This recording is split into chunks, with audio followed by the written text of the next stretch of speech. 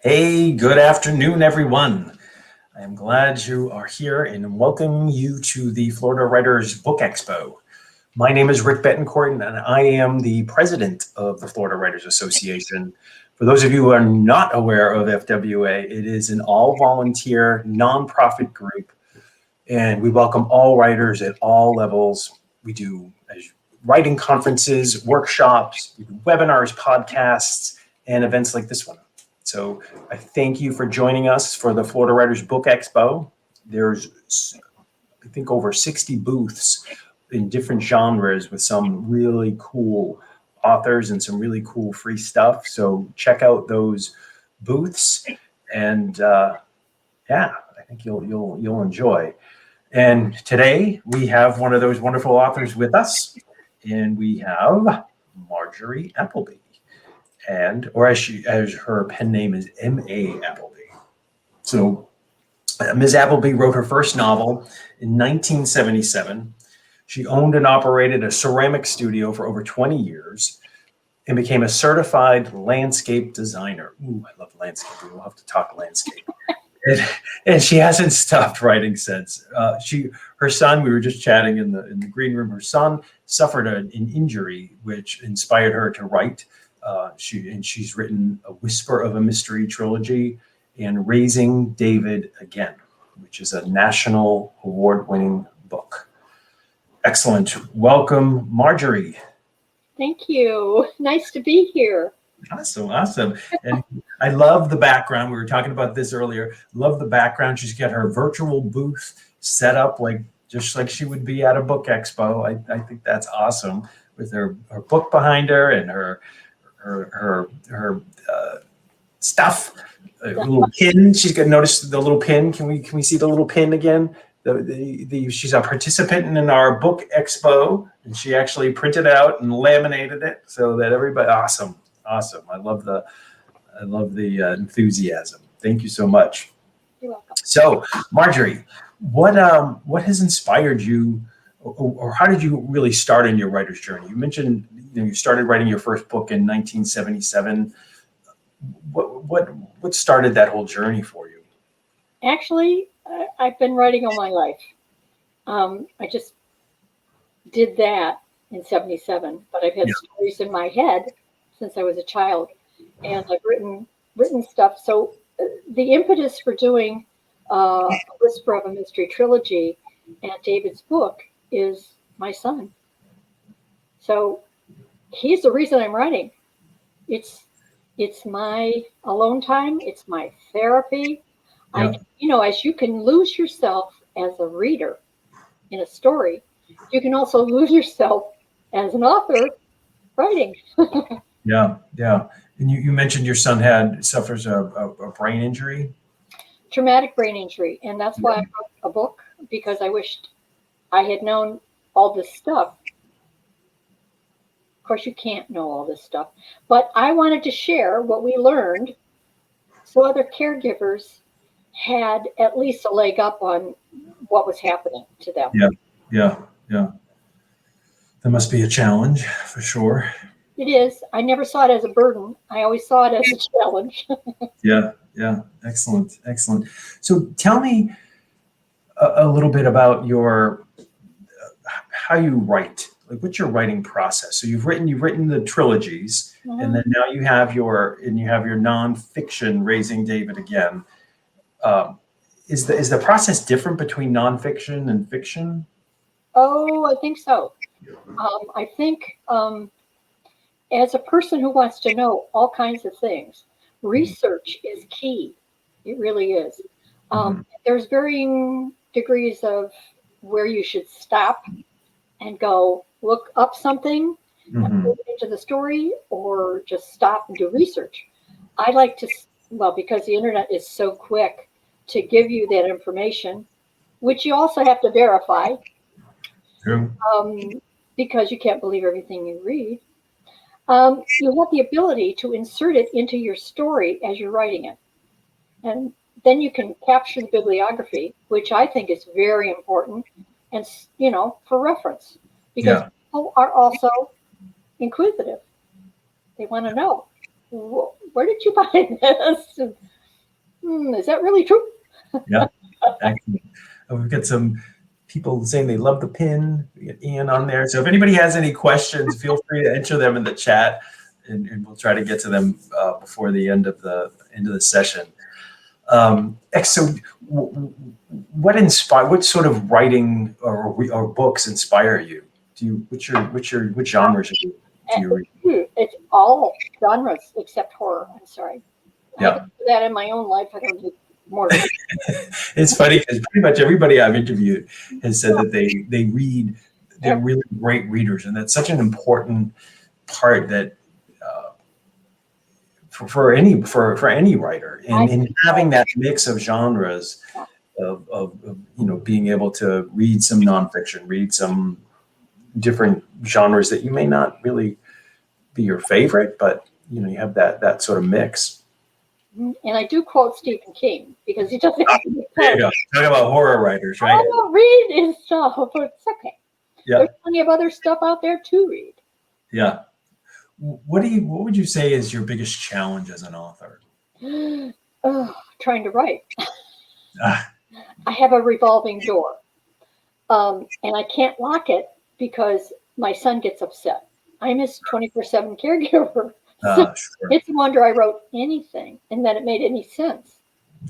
Editors, oh my goodness. So yes, that's the biggest challenge, being able to write without distraction. Gotcha.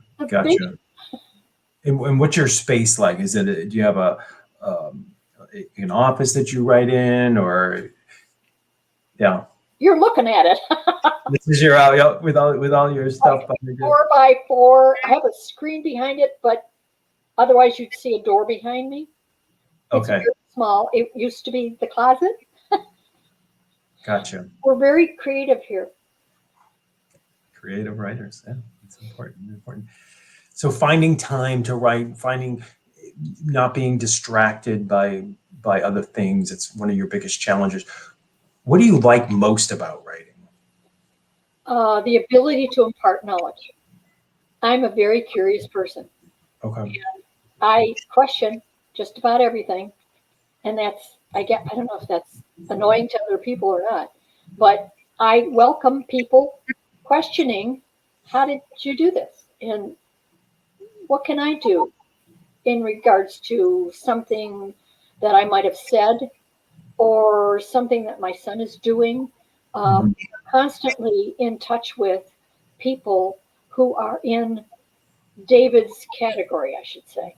Okay. So they have challenges, and I try to give them advice, or I say, here's my book. I wrote it. It's in there.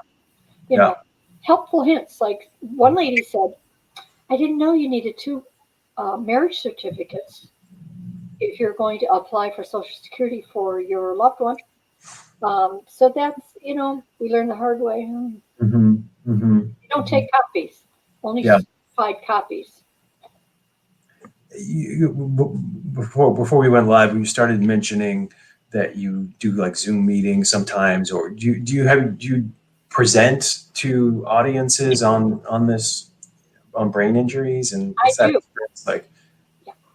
I have if you go to my website, you will see all the presentations that I do. Okay, and what's your website? www. It's MA, no periods, Appleby.com. Appleby.com. Perfect. Very simple. I didn't know that. Perfect. Awesome. So you have some content there on brain injury and your speeches. The journey of writing. Yeah. So tell me a little bit about your fiction writing. So you've got the Ancient Whisperer, Whispered Dreams in a Journey of 1,000 Steps. So this is all a whisper of a mystery trilogy. And you've got I see horses on the cover, and a beach on the third one. So tell me a little bit about, so these are mysteries? It's more of a mystery thriller suspense series. Okay. It starts with a woman who's abducted. Okay. And, it goes from there. She is also installed in the witness protection program with her family, but she loses everything because she's in this witness. She can't make a living, so they dump her on this dilapidated horse farm, and she learns how to do harness racing. And so it goes on to where her son, it's, I don't want to go into too much detail because I'll Sure. I don't want to give it away. But the son, and I didn't realize how much of us, our family, I was putting into the books. But by the time you get to the third book, you're trying to find this woman's son who is missing. She is so determined to find him that she goes to she spares no expense and no length to get there. And when her husband finds out, she dares him to find her. Cool. So I equate that to my son having an injury, not knowing who he is, and finding out that he's alive and he's a different person. So when you have a traumatic brain injury, you have either temporary amnesia or it's totally gone, depending on which side of that brain. Okay. So I told David that he's my new David, and we love him. And okay, so hence the Raising David again. That title. So Yeah. I had to write all those before I could do that one. Okay. I see. So so the series and the book were both inspired By my son. From your son, as you had mentioned. Very cool. Very cool. I love when people can take challenges like that and turn them into something productive. I guess maybe that's not the right word, but to be able to work through it. Yeah, that's great. Landscape design is. Yes. Thank you for bringing that up. Okay. I was a draftsman in another life, so being a landscape designer was a piece of cake. But gardening is therapy to me. The plants don't talk back. Yes. They take little food and a little water. Yeah. And you mold them. Yeah. No, that's wonderful. That's wonderful. I too am passionate about landscaping, although I have not much of a green thumb, but just landscaping can add just so much character to a house or to an area, and trees are just there's something about trees that just resonate with me. But Can I say one thing? Sure. Because of my drafting background, I design lots of stuff. So in these books, there is a set of house plans that I drew up, and there's a secret staircase to the attic. Oh, cool. But they are not architectural designs. So Okay. I have to put that disclaimer in the book. Yeah. Use these plans.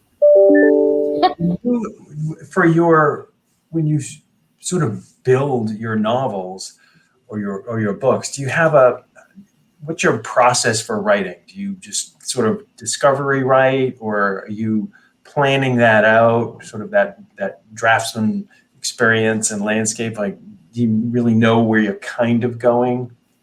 Yes. Good. Start with the plan, always.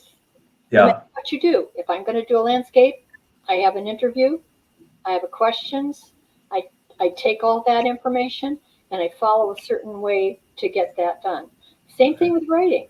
You start with an outline, and you start with I wanted so many chapters.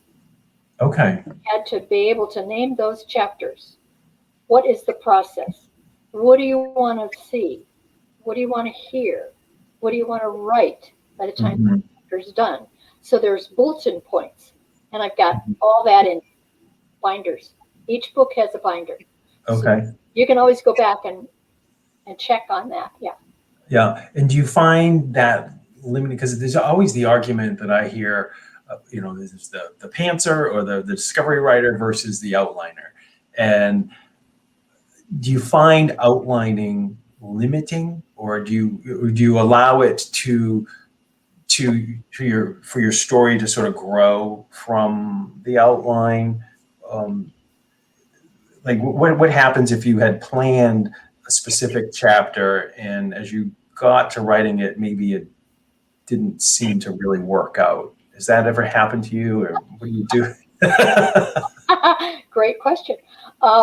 Yes, it's happened to me. But you know what? If you've got too much, you take that section, you stick it in a Word document, and you say notes. And you can put that somewhere else. Yeah. But yes, there's always flux. There's always yeah. I kind of find the same way. I've gone both ways. I'm leaning more towards the outlining process lately, and really, I don't want to say really structured, but because you do have to leave that leeway for creative. You kind of know what's going to happen in this section or this scene, but you want to leave it loose at the same time. So there's that balance. So I always find writers' processes fascinating. Like, how do people approach the creative process, and what's what's behind that? So I appreciate you sharing that, because it's helpful. I think it's different for everyone. It is, and you have to sort of honor that. I have a friend I was talking to the other day, and he's like, Rick, I can't believe you've outlined your entire novel. You have literally 110 scenes, like every single one specified.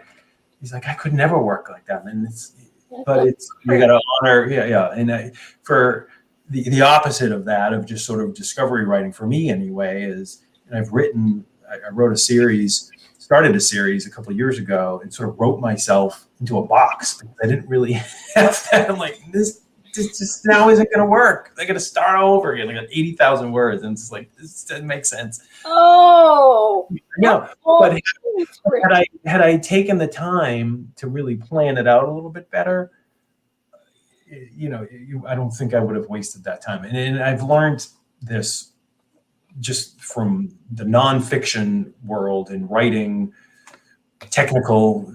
I also am a business analyst in another life, and so we have to take a very methodical approach about how we're going to do a project and how we're going to design software. And I found that that's really lended to my fiction writing, because I really think things through and take out the fluff. We don't need to have all this detail just because I thought it up. Is it adding to the scene? Is it adding to the story, the overall plot? So anyway, I could go on for days on stuff like that.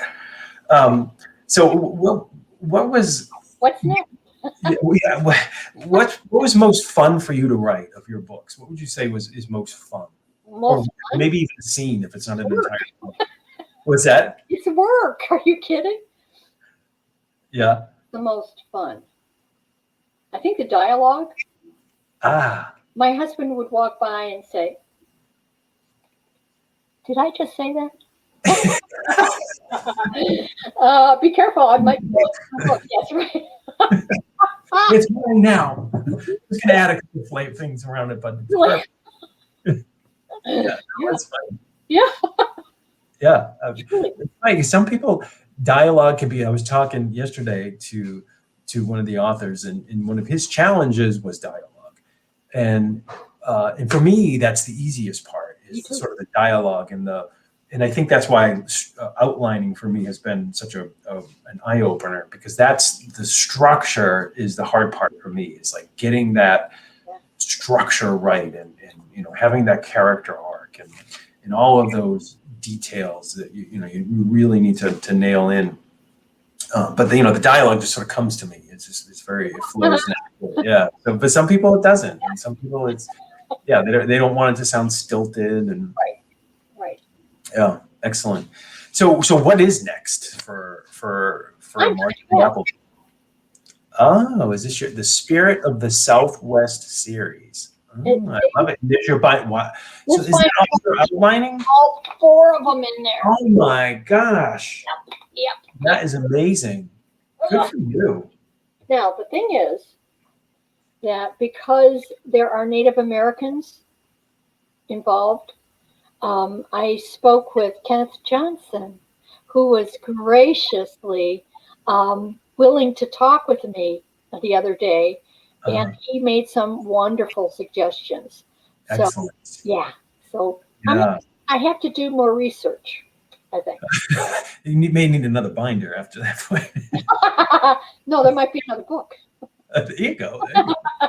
Very well. Very true. Very true. So this is a new series that you're outlining? Yes. But it's hard to say what genre it is because it's historical. Okay. And with accurate and genuine monuments, artifacts, and events. So, but the characters are fictional. I guess you would say that Gone with the Wind was an historical fiction. Yeah. But this is not Gone with the Wind. Yeah. No, and it's the historical piece is interesting. I was talking to N.L. Holmes yesterday, and while she may not be a traditional outliner, the historical nature of her stories really kind of is the outline in some regards, because she's following that structure of history and using that for her writing. Wow. So this is excellent. So we'll be looking. What is it? What is the series called again? The Southwest. Spirit of the Southwest. The Spirit of the Southwest series. Yeah. Excellent. I wanted to go to Albuquerque for the Gathering of the Nations, but they went virtual this year. So I wanted to plan a trip, and my husband was really ready to go, but I don't think it's time to travel. Not yet. Yeah. Traveling is starting to pick up. I've noticed we're starting to think of our own traveling plans, but it's just been, I haven't left the state of Florida since 2019. The virtual thing works. I have to tell you. It does. It does. It has its benefit. Yes. Yeah. Went to Google Maps. You get satellite image. Yeah. Isn't that cool? Down there, you can travel behind the car that has, I guess, the camera. Yeah. That is so cool. On the roads, you can pan the area. Yeah. You can see what's there. It's amazing the things we can do nowadays. Incredible. You can describe if you were there. So I described, stuff like Chaco Canyon, Mesa Verde, kinds of things, where people went missing. Yeah. Well, that even for writing, that's so important. It is. I mean, it's so, maybe not important, but a way to research. Like, I'm in Florida, but a lot of my stories take place in Maine or in New England. It's like, well, how does that area kind of look like? And I'll go on the road and see, all right, there's a building there. There's a building there. Okay, all right. Now I forgot about it because I used to live in New England. So it's great.